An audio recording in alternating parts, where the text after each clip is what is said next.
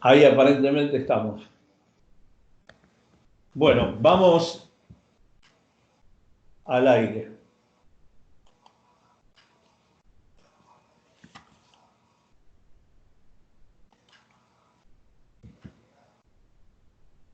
buen día, gente linda. Estamos arrancando la mañana con 8 grados 9 décimos de temperatura, la humedad 88%, la presión 1006,8 mediana hectopascales y viento del noroeste a 18 kilómetros en la hora. Y estamos ya arrancando el programa desde México, desde Aguascalientes, México, con Sari Méndez. Hola Sari, buen día. Hola Rubén, muy buen día. Un gusto estar otra vez contigo. Igualmente estábamos esperando este día para, bueno, charlar tantos temas que charlamos con vos, estuvimos con Thierry Yamín, estuvimos con Fernando Correa Domínguez también en una extensa y linda nota donde hablamos del mismo tema, ¿no? De los seres tridáctilos de Nazca y bueno, quedamos para charlar otros temitas más que hay muy interesantes como distintas razas de homínidos que hubo, o por lo menos hay algún tipo de evidencia que por algún motivo no se estudiaron de distintos cráneos y bueno, algunas veces se atribuyen a malformaciones, pero de los más diversos y de los más extraños. Y también algo que queda pendiente y que hay un montón de evidencias de una raza de gigantes, ¿no? Y cuando hablamos de gigantes, seres de más de 5 o 6 metros de altura, ¿no? Que, bueno, hemos visto ahora con la magia del Internet algunos documentales y algunas evidencias, algunas también fake news que hay al respecto, ¿no? Que hay falsificaciones, montajes, pero un tema como para estudiar, por lo menos, ¿no?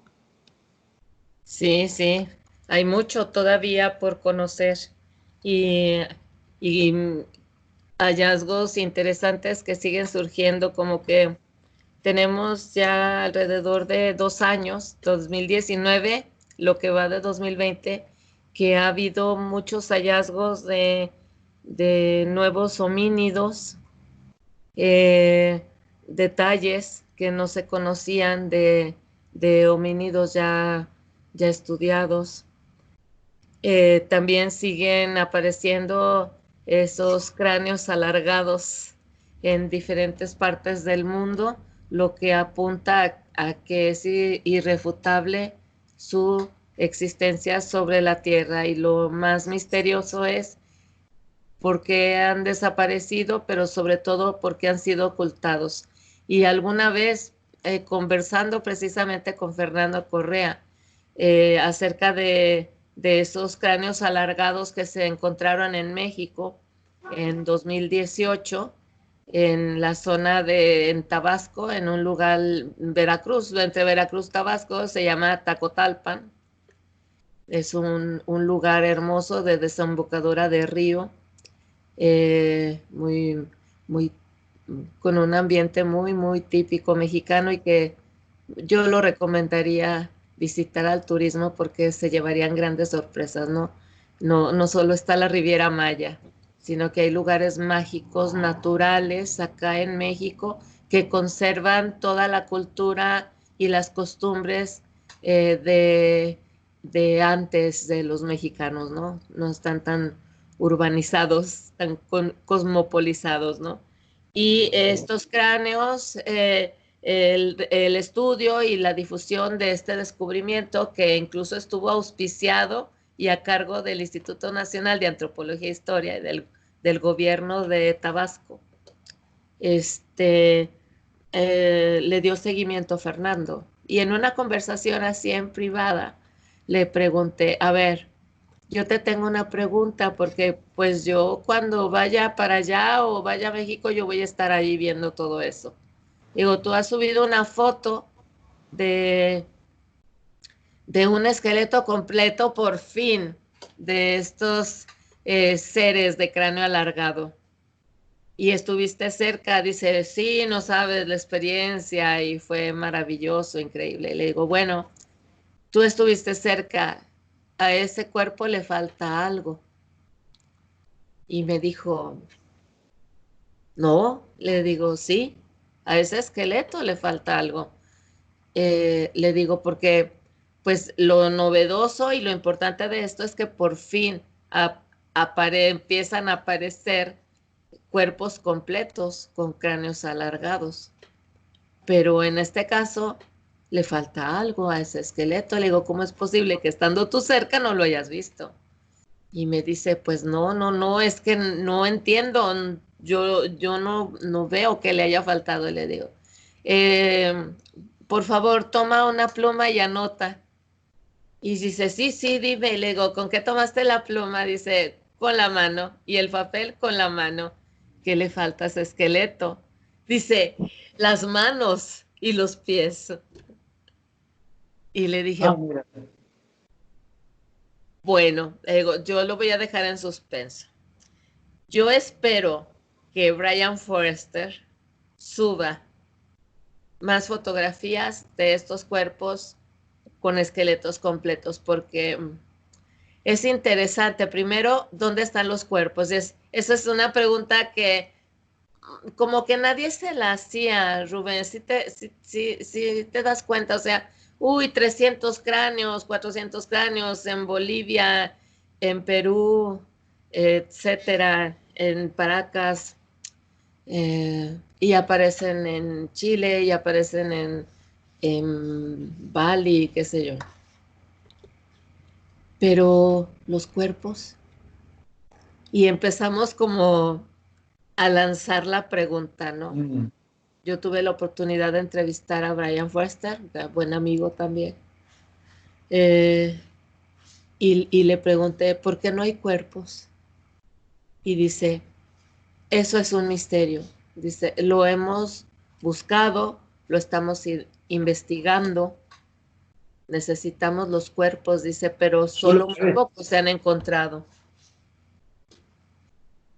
Y hace unos meses hizo un directo, Brian Foerster, en Facebook. Y pues inmediatamente, ¿no? Yo no me lo iba a perder. Y muestra por fin un cuerpo completo. Y me llamó tanto la atención una cosa muy importante. Bueno, tenía manos y pies, pero yo quería que se vieran las tomas de cercanas a las manos y los pies.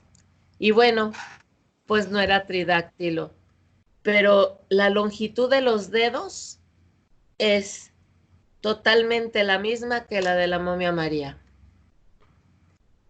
El cráneo alargado como el de la momia María Y los y con las dedos, características naturales, o sea, no se le ven marcas de deformación. Una jovencita. pero, los dedos me está diciendo, porque la momia María tenía unos dedos de 30 centímetros. Ah, bueno, pues esta momia, los dedos los tiene también larguísimos. Era una Y, jovencita, no adulta como María es, y y pues 5 eso se dedos. explica, ¿no? Pero si tenía aparente, no se alcanza a ver, por eso yo no voy a especular en el número de los dedos, pero sí te digo que los dedos son enormes. Es una momia que está algo deteriorada, ¿no? Pero Mm. a mí me sorprende porque pues pueden decir, ah, no, es que tú estás midiendo desde el carpo hasta la punta de los dedos. No, el carpo está allí como el de María, pero las falanges, no los carpianos, la falange, los metacarpianos y todo, las falanges más numerosas y largas. Más numerosa. Más numerosas, sí, y dándole una longitud bastante notable a esos dedos. Pues yo tengo esa incógnita, ¿verdad? Yo no, yo le escribí a Brian Foerster, me dijo, estamos en investigación. Cuando él presenta sus resultados en su libro, en un hotel de la frontera de Estados Unidos con México, y asiste el equipo de Maussan, asiste Fernando Correa, Jaime Maussan, su camarógrafo, y termina la presentación del libro de Brian Foerster. Tienen un encuentro, Jaime y Fernando Correa con Brian Foerster, y en entrevista le piden su opinión acerca de las momias tridáctilas de Nazca, y él dice que es un hallazgo muy interesante y que a él sobre todo le llama la atención, obviamente, el cráneo alargado de María, que parece ser fisiológico, no deformado. Entonces... Yo te digo que la mayoría de los cráneos son fisiológicos, Sí, no sí, son sí. No, deformados. Lo no, que no, pasa es no, que no, le está atribuyen. comprobado. También acá en México, estos cráneos alargados son de dos tipos. Sí de mayas, sí de mayas, que presentan deformaciones, algunos que quedan en duda. Pero hay cráneos alargados, normalmente genéticos, totalmente genéticos, a los que se les determinó ADN y carbono 14. Y sorprendente, la edad de esos cráneos, no sé si te lo contó Fernando Correa, promedio 8,000 años. Ah, creo que algo dijo. Sí, promedio 8,000 años. Las manos tridáctilas recuperadas del tema de las momias, las manos sueltas, tienen una datación similar de entre 7 y 9,000 años. Las dejamos en 8,000. Ahí están, el carbono 14 da esa edad. Por eso son una gran interrogante esas manos. Claro, Además, y coinciden con toda la cantidad de estructuras que hay en el mundo de arquitectura descomunal, ¿no? imposible. Sí, arquitectura imposible. Yo a mí lo que me llama la atención, bueno, primero que seguramente ha habido alguna tribu que ha hecho alguna práctica de deformación con Así, todo lo que ello implica, ¿no? Porque es algo riesgoso que termina matando también o dejando mal a la gente por la manipulación del cráneo. Pero lo que se ve que hay algunos de estos cráneos que tienen distintas suturas que es que las hay varias especies, hay varias o razas, digamos que es la misma especie, con diferentes razas, quién sabe.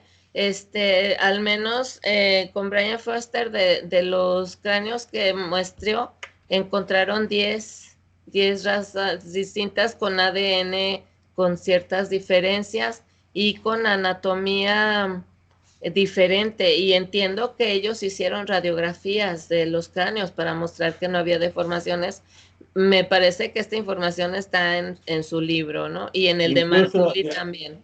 incluso hicieron volumetría de los cráneos Sí, sí, y hay un 20% de diferencia con el cráneo, con el sí. homínido, ¿no? Y esa volumetría ya había sido estudiada, Rubén. Yo tengo por aquí un artículo, a ver si estoy en mi carpeta cráneos alargados. Hay hay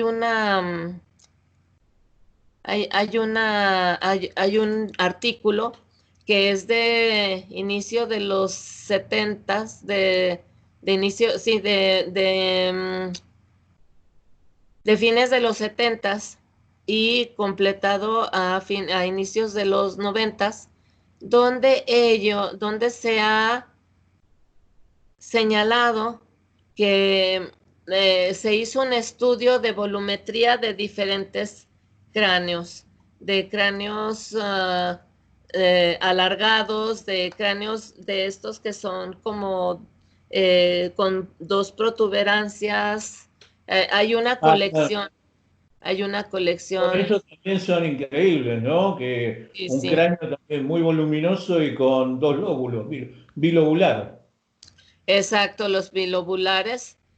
Y allí se demostró que los cráneos alargados, como los de Paracas, sí presentan una volumetría más amplia, y se entró en controversia porque se decía que, por ejemplo, los neandertal también tenían un volumen craneal más grande, que era comparado con cráneos de Paracas, pero resulta que el ADN que se ha encontrado en estos cráneos no tiene nada que ver con ningún homínido, no tiene nada que ver con Homo sapiens, en cuanto a que no concuerda al 100% con Homo sapiens, no hay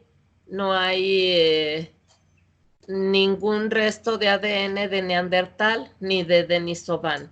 O sea, se hicieron las pruebas de ADN para tratar de encontrar algún hallazgo de hibridación o de que esto haya sido resultado de alguna cruza.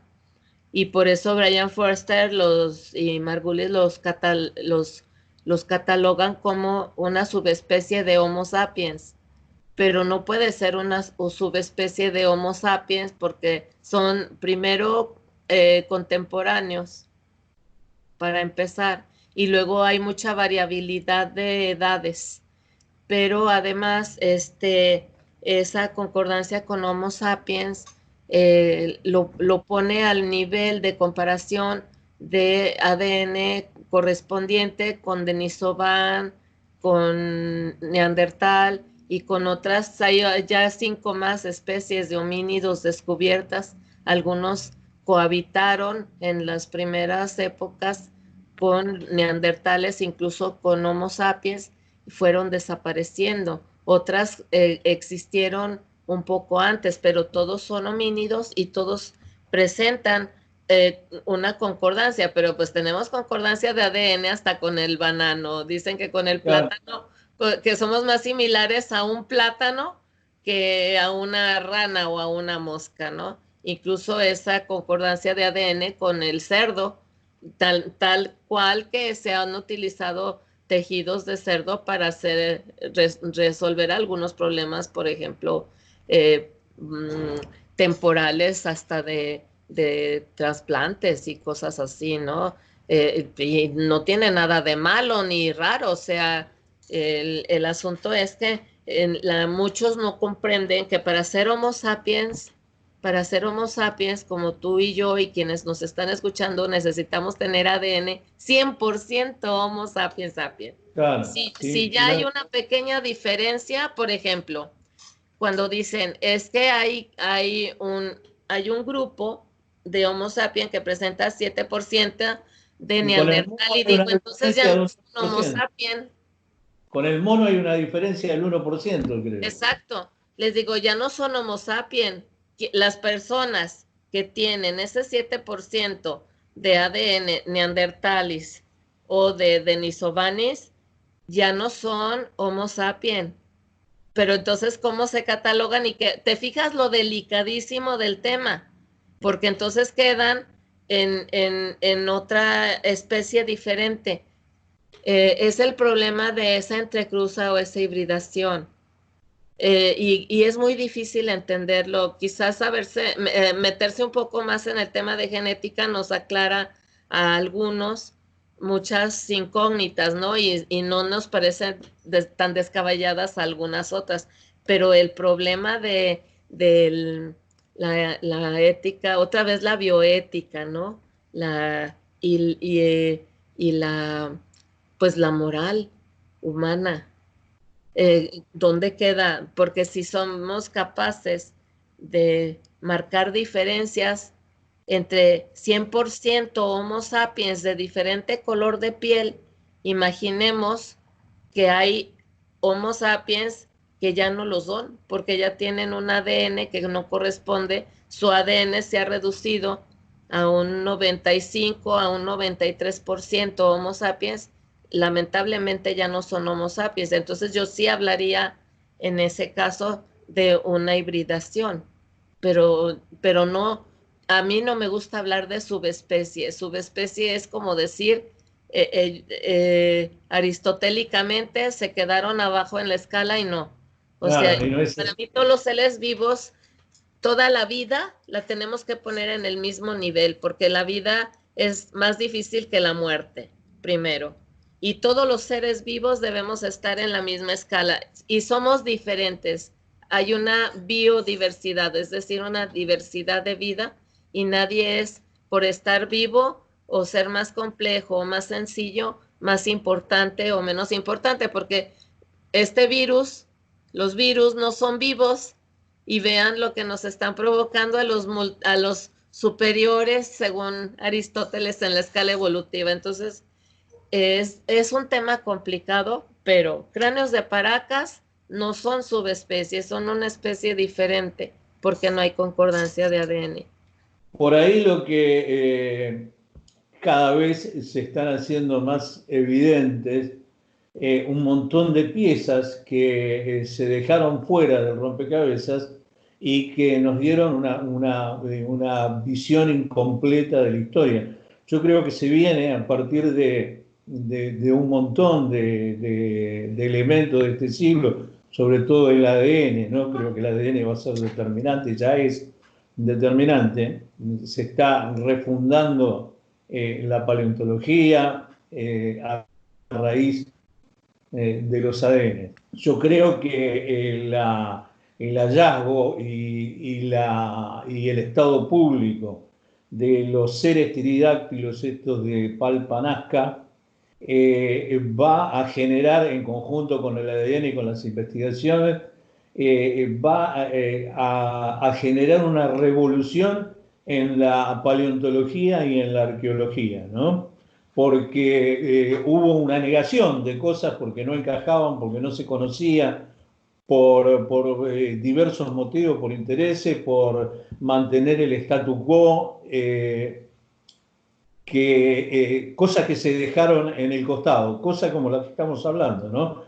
Cosas como los gigantes, cosas como todo este tipo de distintos cráneos que se han encontrado a través de la historia y que quedaron sepultados o negados o refutados de alguna forma sin evidencias contundentes, ¿no? La negación, o sea, se demonizó a gente que encontró cosas extrañas y que le quiso dar el procedimiento científico y la ciencia le dio la espalda, ¿no? La ciencia oficial o el establishment, para decir más correctamente. Entonces un montón hay como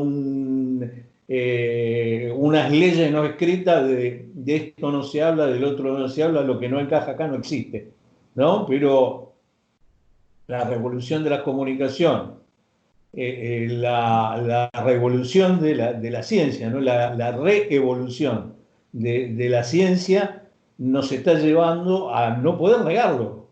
O sea, lo de los triáctidos de Nazca, hay una fuerza poderosísima en contra de que salga a luz o que se conozca, pero es tan contundente, ¿no? Que se abre paso, ¿no? Y que ya hay un montón de gente que lo está viendo. Se está estudiando, creo que por primera vez se está estudiando en una universidad que no es la más grande del mundo, pero la están estudiando científicos, hay un montón de científicos involucrados Sí. que le dan respaldo y legalidad. Entonces se está generando un cambio. Estamos en el principio, creo, de ese cambio, pero el tiempo que viene, incluso hay un montón de información que se está revelando, porque no se puede ocultar más también, desde el poder mundial, que nos están presentando un montón de posibilidades, ¿no? Sí, sí, definitivamente.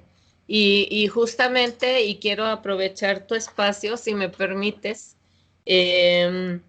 decirles que estos especímenes de los seres humanoides tridáctilos de Nazca están siendo estudiados en la Universidad de Ica, en Perú, y que hasta ahora no se han presentado formalmente por el grupo de investigación un solo resultado de lo que ellos han encontrado.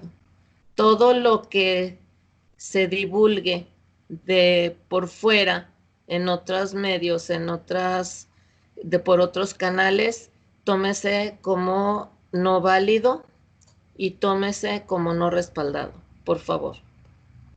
No hay hasta ahorita un solo comunicado que emane de los investigadores de la Universidad de Ica ni de el grupo que ha entregado en custodia y para su estudio estos cuerpos a los investigadores en la Universidad de Ica. Por favor. Está todo en investigación, en proceso de investigación. Los resultados ya se darán a conocer, sean los que sean. Yo estoy con el grupo. Me voy a atrever a decir que Thierry me nombró hace tiempo parte del grupo INCARI. Y también yo estoy en directa comunicación con Jaime Maussan, con Fernando Correa, con Joyce Mantilla, puesto que entablamos una comunicación y una amistad que yo ya tenía con Jaime y con Fernando, y que se prolonga hacia el tema de las momias con los amigos de Perú y con Thierry. Y yo les pido, por favor, que tomen con muchas reservas lo que llegara a darse a conocer, que nos surja de la Universidad de Ica directamente, por favor, porque otra vez está dando por ahí algunas situaciones que no son nada válidas y que no están, no emanan de una investigación directa de esas personas sobre los especímenes. Ellos no han ido a tomar muestras, ellos no han ido a hacer ningún estudio, ellos no han tomado tomografías, nada. Todo lo que ellos presenten no les corresponde y no tiene ninguna validez, ni científica, ni respaldo de ningún tipo. Por favor, porque sí puede allí estar ya circulando alguna información. Solo escuchen y observen. Alguno de ellos se atreve a decir que ha manipulado un poco las imágenes para poder explicar lo que pretende. No puedo yo, como investigador, presentar un resultado y decirle a la audiencia que he modificado un poco los datos para que encajen en lo que yo puedo explicar. Ya con eso, piensen, por favor, si su médico va y les dice, después de hacerles 20,000 estudios, que ha modificado algunos resultados para decirle a usted lo que él quiere. Claro. Estamos Bueno. lo voy a mencionar porque lo dice claramente. Lo dice claramente. He modificado. O sea, ¿sabes? eso es totalmente fuera de la lógica, del sentido común, y invalida totalmente un diagnóstico médico, un resultado científico del tipo que ustedes quieran. He modificado un poco la imagen de mi telescopio, dijo Galileo, y por eso yo afirmo que la Tierra es la que se mueve. Sabes que lo que... Mira, te voy a hacer un ejemplo, ¿no? Ajá. Hay un montón de gente que sale publicada cualquier cosa y termina creyéndolo. No sé si es por ser, por simplismo, por buena fe o por lo que sea, ¿no? Y por eso hay tantas noticias falsas o gente que anda vendiendo y diciendo que remedios que, como llevándolo para el lado de la medicina, hay gente que se muere por tomar algún remedio que no está indicado para determinada enfermedad o que hay que tomarlo con muchísimas precauciones en el caso de tomarlo, ¿no? Caso del cloro, De la hidrocloroquina. hidrocloroquina, ¿no? La Y hidrocloroquina, más ese dióxido de cloro o bueno, todo óxido ese... cloroso. Ay, por favor, cuidado, cuidado. Hay Claro, porque muertos eso en Estados Unidos no lo portados. puedes mezclar con tantas cosas, con alimentos que uno consume constantemente y te producen unas reacciones tremendas y no está probado que sea efectivo, no tiene el estudio científico, no tiene nada, ¿no? Ahora, Entonces, y hay cosas que no tienen estudio científico y por ahí lo tomás y es inocuo, pero esto no es inocuo, ¿no? no. Entonces, bueno, con estas opiniones o con esta que terminan mostrando también en algunos casos el ansia de notoriedad de algunas personas por la negativa. Sí, sí, sí. Y en otros casos ese miedo, ¿no? Al conocimiento, a lo nuevo, a lo desconocido, ese miedo a descubrir, entonces negamos todo, ¿no? La negación y la negación de la negación, ¿no? Entonces no hay que detenerse, yo te No, digo, no, no. cada uno tiene un criterio, cada uno tiene una capacidad de observación y bueno, viste, hay gente que opina de cosas que no conoce y que no conoce de método y que opina a simple vista y dice cualquier cosa, ¿no? Generalmente la gente que conoce y que sabe tiene mucho cuidado y mucha mesura para determinar cosas, ¿no? Sobre todo en el ámbito científico. Para determinar algún material tiene todo un procedimiento, se buscan todas las negativas, tiene un código de ética, tiene todo lo que tiene que tener un procedimiento científico y hay que publicarlo en una revista científica, tiene que estar arbitrado y criticado para ver la falla de esto. Entonces, que yo me ponga a opinar eh, sin tener el mínimo conocimiento le servirá para tampoco tiene conocimiento, no le importa demasiado y toma cualquier cosa. Pero si uno mira las cosas con seriedad, debe de investigar por lo menos, ¿no? Decir, bueno, esto es esto, este dice esto, el otro dice lo otro, ¿qué es que veo yo? ¿No? Pero para la gente que esté involucrada en esto y que está haciendo la investigación y que está trabajando en ello, yo te digo, y a cada uno se lo he dicho, ¿no? No pierdan tiempo en No, no, refutar cosas no, no, no. porque le dan entidad, le No, dan entidad. y yo a alguien le dije, la No son verdad. existir porque no Sí, existen, pero lo sí, hacen sí. existir dándole entidad. Sí, pero hacer la aclaración sí es conveniente, ¿no? Y sin entrar en el juego. Hay que hacer la aclaración porque la gente debe de saber, de tener la información, ¿no? Tampoco se vale que esté sonando el otro lado. Simplemente como que hay más obsesión de aquel lado porque se han enterado de algo ellos primero que nosotros, porque no suena de otra manera. Entonces, eh, porque ese afán de adelantarse quiere decir que algo saben ya por delante de nosotros y tienen la urgencia de que no se sepa. Te lo dejo allí, hay buenas noticias. Yo te dije que se Y hizo una creo que punción de un huevo y no creo que haya sido nada más para probar que atravesaba la aguja de biopsia el huevo y ver que se perforaban. Tú no metes una aguja de biopsia nada más para averiguar no, si no, pero pasa o aparte no, o sea, tejido, esperemos.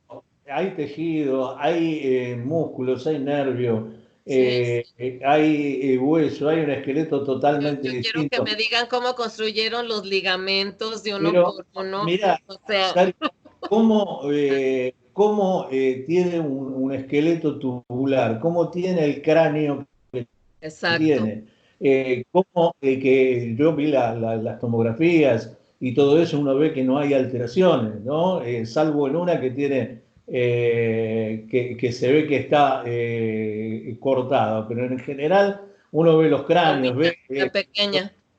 Y claro. además es una incógnita porque eh, todo tiende a hacer pensar que que se hizo esa modificación en vida y que creció Claro, con por esas. ahí algún Pero tipo de... además es un esqueleto que aparenta ser un bebé de 2 años y tiene molares, y como el ser de Andahuilillas, que es también un ser que aparenta ser un esqueleto de un bebé y resulta que tiene molares, ¿no? Y a su lado de ese ser hay un feto que no ha sido desenvuelto, entre comillas, pero a ese ser se le han hecho estudios y muchos tendemos a pensar que pudiera tratarse no de un bebé ese cuerpo de guagüita, sino otro ser como el de Andahuilillas. Te lo voy a dejar de tarea, el guaqui famoso de Perú.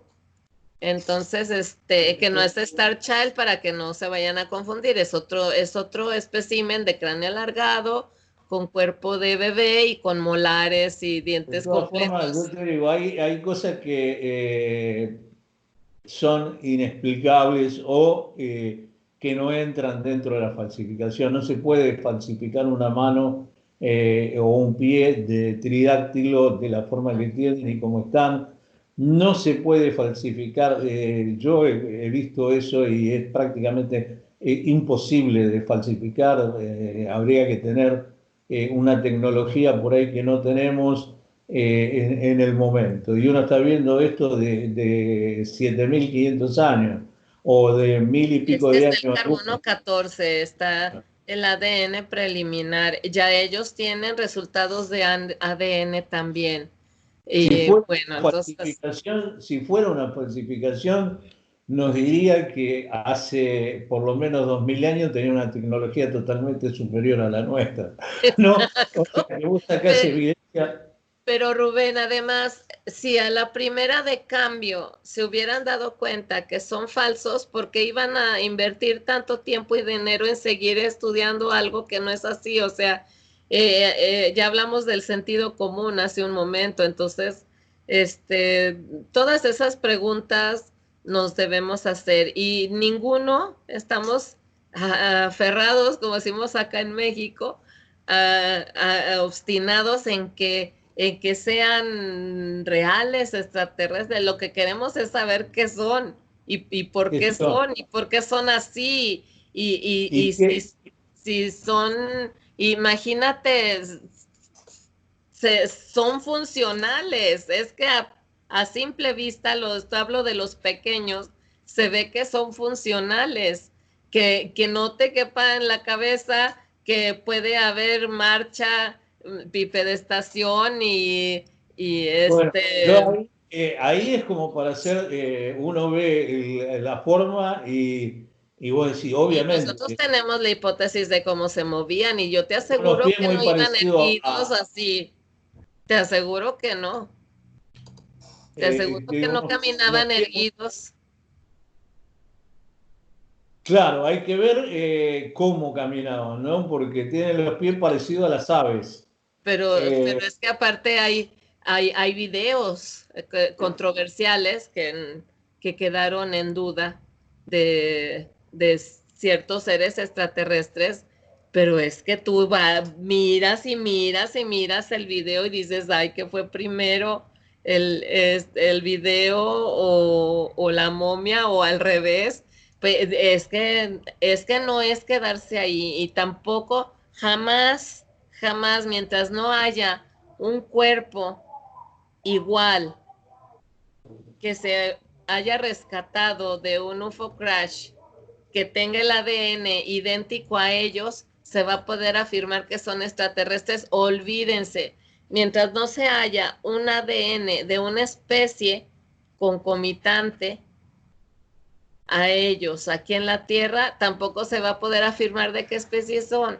Lamentablemente no, o sea, pero el demostrar que eran funcionales, que se movían, que no hay manipulación en cuanto a todo lo que se ha afirmado y que así se ve en los resultados y que así parece apuntar con lo que han encontrado ahora, pues eso es importante y la investigación no va a continuar, no va a quedar allí, o sea, se abren líneas de investigación y diversas a partir de acá, porque tendrá que venir la parte anatómica, fisiológica, la ah, del entorno, la de la posición en la diversidad biológica, la Claro, es de la inagotable lo que... tecnología tal, y no olvidemos los metales. Ahorita yo estoy retomando el tema de los metales. ¿Por qué? Porque en el cobre encontrado, por ejemplo, en el implante de Josefina, o en el implante de una de las manos, estas de 7000 años de antigüedad, aparecen isótopos de cobre que no deberían estar ahí porque no existen ni siquiera en la región. Y se ha afirmado que Claro, y esto aparte baja, hay otro metal también. sí, hay cobre, lo más interesante es que hay cobre, pero también hay elementos que no debían estar ahí, como potasio, como cloro, y tú empiezas a ver electrolitos allí, o iones conductores que son tierras o que son halógenos y que están haciendo allí esos elementos en lo que dicen que es tu vaga, y que ahí lo pusieron para darle a notoriedad a Josefina y a Luisa, que también lo tiene. O sea, ¿cómo? Es que, y si te das cuenta, Y en la no han misma sido altura, ¿no? rebatidos esos análisis, porque lamentablemente las espectrometrías de masas están allí puestas, y ahí se ven los picos de los elementos y el número de masa en el que van apareciendo. Entonces, allí cómo se van en la contra. Y hay oro y todo, pero es que sobre todo hay de cobre y de oro y de otros elementos, hay isótopos Y que no dentro del debían estar cuerpo. allí. Y esto se ha visto en materiales rescatados de UFO Crash, en fragmentos que se han encontrado, donde aparecen, sí, en los elementos de la Tierra como los hay en el universo. Señores, somos polvo de estrellas y venimos del Big Bang, y todos contenemos los mismos elementos del universo, unos en mayor, otros menor cantidad, pero en la Tierra también tenemos todos esos elementos. Lo que no es normal es que aparezcan isótopos, que son átomos con masas que ni siquiera existen en la Tierra. Te lo digo de tarea. Claro. Hay, Entonces, están hay los un, metales también. hay un montón de curiosidades, ¿no? Con todo esto, sobre todo que lo tienen, que están implantados dentro del cuerpo, están debajo de la piel, ¿no? También. Parecerían estar como integrados a la piel. Y Eh, también que dos tengan el mismo tipo exacto. o sea, que era algo común. Sí, y el otro día hablábamos, ¿no? De ese tema, de si sería para mantener la vida de estos pequeños seres, porque yo tengo toda una hipótesis, analizando muchas descripciones de encuentros con seres extraterrestres que han tenido testigos y que los han revelado en regresiones, pero también en testimonios de hasta niños, donde siempre es el ser grande, que no necesariamente es como María, ojo, es el ser grande de tipo gris o hasta de tipo insectoide, pero siempre acompañados de un pequeño que está unido a ellos con un tubo, como si los alimentara. Y la descripción de estos pequeños es que caminan como robots, no que son robots. Dicen, es que caminan como robots, o sea, no caminan normal, pero siempre van acompañando al ser grande, y todos van conectados a una manguera, y hay un testigo que afirma que era esta manguera como una tripa, así lo dice, es de tu país este testigo, es Juan Oscar Pérez, y dice, y era como si alimentara el chiquito al otro, pero al chiquito lo ve cerca de donde hay trozos de carne,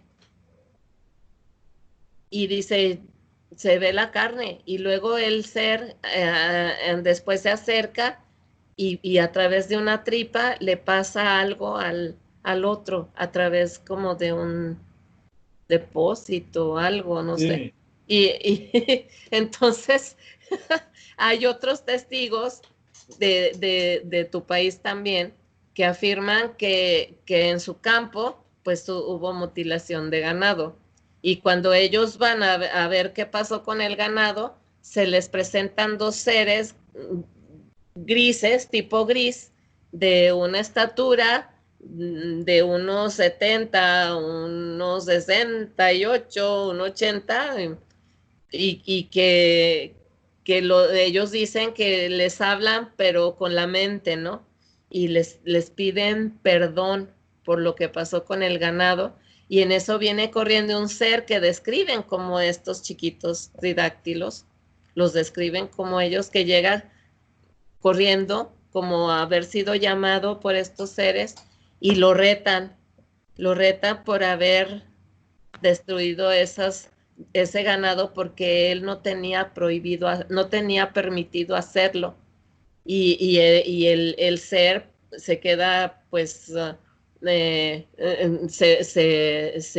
pone como en actitud tímida, pero además está el caso del ovni de Borosnés, que tenía dos características interesantes. Uno, que lo vieron muchos niños y personas adultas que estaban en una tarde de parque tranquila en Voronezh, en Rusia.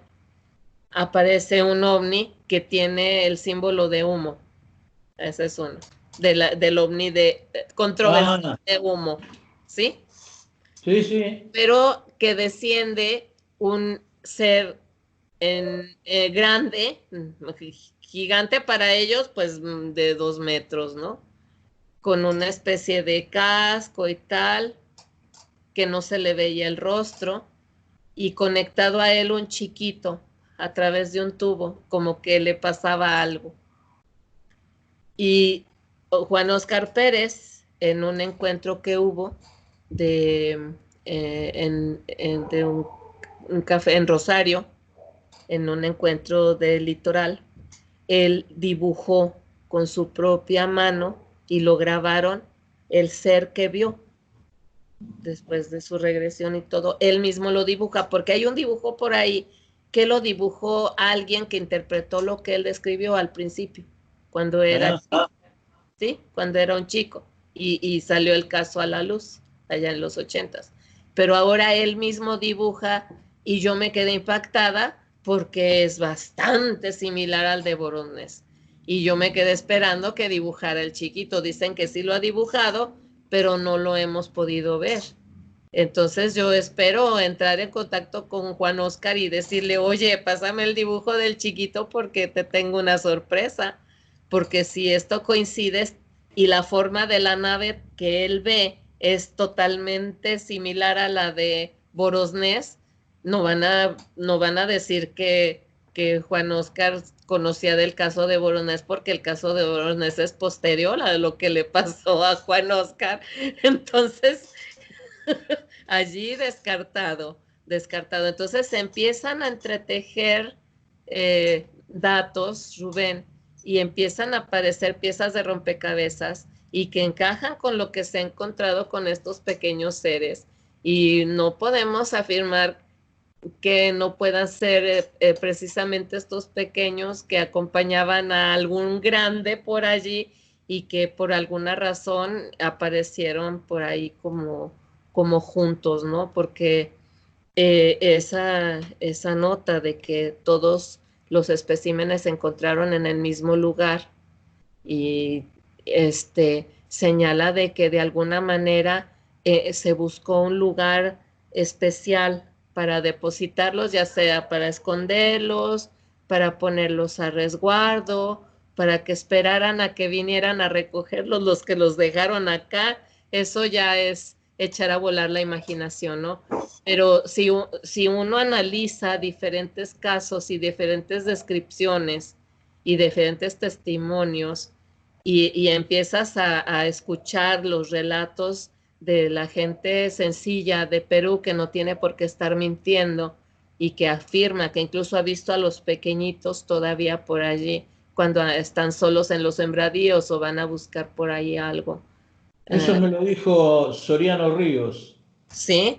que aún hay gente que vivía, incluso él dice que tuvo acceso a ver a alguien con una persona con aspecto de humano, pero con 3 dedos.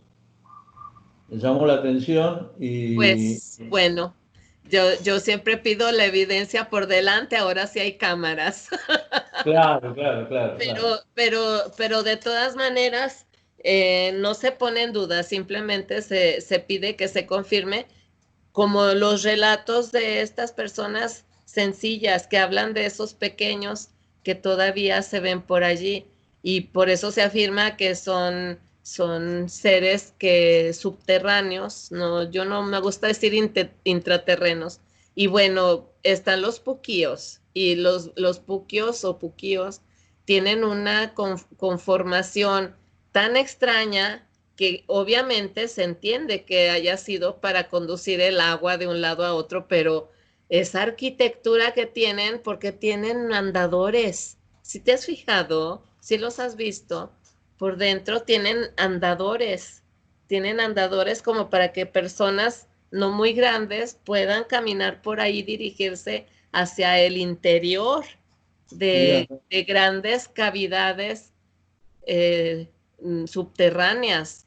Y solo se trata de ser observador y ir como acomodando piezas y pues tener la oportunidad de contarlo, pero no se afirma nada ni se está, pero uno las aristas se apuntan a remonta, algo. uno se remonta a la historia, ¿no? Y hay representados distintos tipos de seres, desde sirenas hasta minotauros, centauros y toda esta historia. Hasta hace 20 años era imposible. Ahora con la ingeniería genética, todo es posible. Ah, Falta claro. romper los códigos de ética y podés hacer cualquier cosa que seguramente deben estar haciendo por algún lugar, ¿no? Entonces vos me decís, esos tipos, esos seres, eran totalmente posibles, de acuerdo Por a la supuesto. ingeniería genética o de acuerdo a algún accidente que pueda haber habido. Entonces, han estado por ahí estos seres y los han visto. Yo no lo niego, tampoco lo confirmo porque uno tiene que tener más evidencia. Claro. Pero hay evidencias de cosas extrañas que se atribuyen a malformaciones, ¿no? O sea, todo lo que no podemos encajar lo atribuimos a malformaciones. Ahora hay elementos como para investigar realmente si eso es malformación. Pero uno ve las piedras de Ica, ves representaciones de sirena, ¿viste? Sirenas, dinosaurios, cirugías. Claro. Entonces vos me decís, de cirugía hay evidencia y de cirugía suturada de hace 1000 años o 1500 años. Y hay cirugías complejas, No, ¿viste? y Vos después te hablo de los metales quirúrgicos de Perú y todo, y de la región de Ica y todo esto. Y Bueno, eso, el tema ese, apuntalo para la semana que viene, claro, porque ya me tengo que ir hace sí, sí. una hora. Y voy a cerrar Y, con esto, Rubén. ¿Por qué dicen que estos especímenes no pueden ser y se afirma que con un solo esqueleto de un solo dinosaurio que se ha encontrado en la historia se dice que existieron en la Tierra miles y miles? Así lo voy a dejar de tarea. así es. Bueno, en serio, un placer como siempre hablar con vos. Igualmente, Rubén, muchas gracias. Y Hasta hasta la luego. siguiente semana. Chao, chao.